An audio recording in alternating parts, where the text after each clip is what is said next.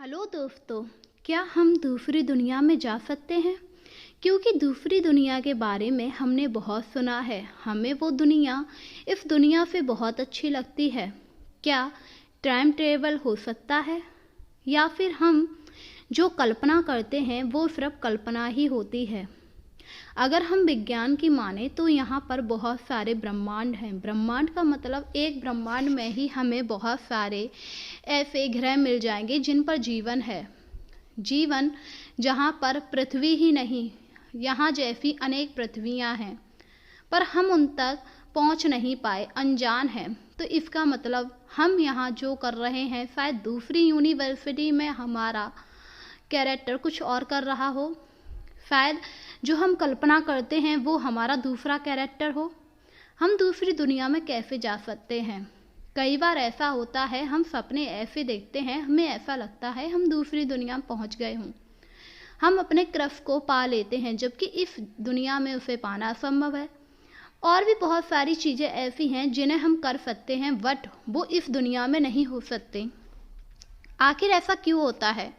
क्या वाकई में कोई ऐसा वर्ल्ड है जहाँ पर हमारे जैसे कैरेक्टर और भी मौजूद हैं?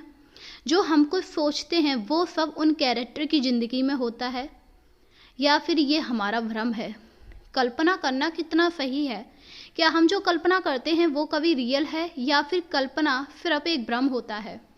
कल्पना में हम अभी अमेरिका जा सकते हैं और वहाँ से लंदन, पर असलियत में अमेरिका जाने के लिए हमें बहुत कुछ करना पड़ेगा। पर कल्पना में हम एक पल में दूसरी जगह से तीसरी जगह पहुंच सकते हैं। कल्पना हमारी मन की गति से भी अधिक तीव्र होती है। मन की गति बहुत तीव्र है, पर अगर सोचने की शक्ति, कल्पना करने की शक्ति को देखा जाए तो आप एक पल में आकाश और दूसरे पल में पाताल पहुंच सकते हैं। कल्पना इतनी तीव्र गति की होती है।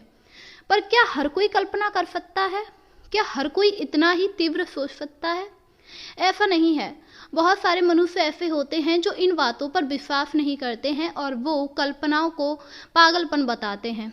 उनका मानना होता है कल्पना करना पागलपन है, वो बस अपना टाइम वेस्ट कर रहे हैं, इसके सिवा कुछ नहीं है।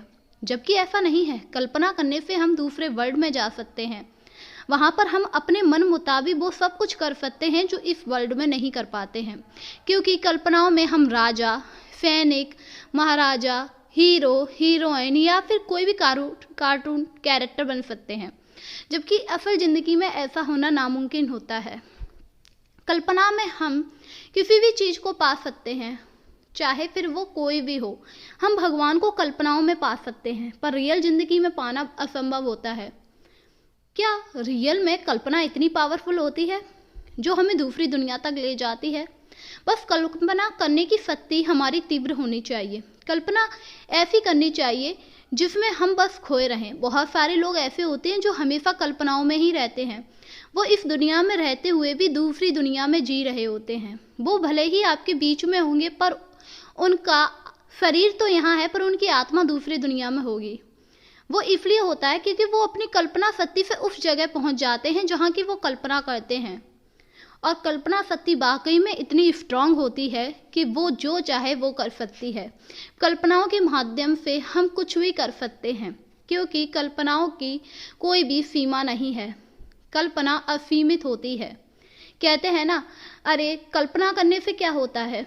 कल्पना करने से बहुत कुछ हो सकता है। अगर आप कल्पना शक्ति को अपनी तीव्र कर लें, उसे अपने मन पर हावी ना होने दें और मन की गति के साथ मिलाकर उसे मजबूत बना ले, तो कल्पना के जरिए आप उस चीज़ को हासिल कर सकते हैं जिस चीज़ को आप हासिल करना चाहते हैं।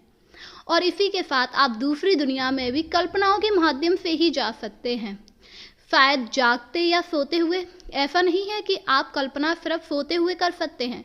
आप जाग रहे हैं तब भी कल्पनाओं में रह के दुनिया घूम सकते हैं। बहुत सी चीज़ें ऐसी होती हैं जो आम इंसान की समझ से परे होती हैं। वो चाहे कुछ भी सोच ले, पर उसे बस यही लगता है कि ये दुनिया बस आम है, पर ऐसा नहीं है।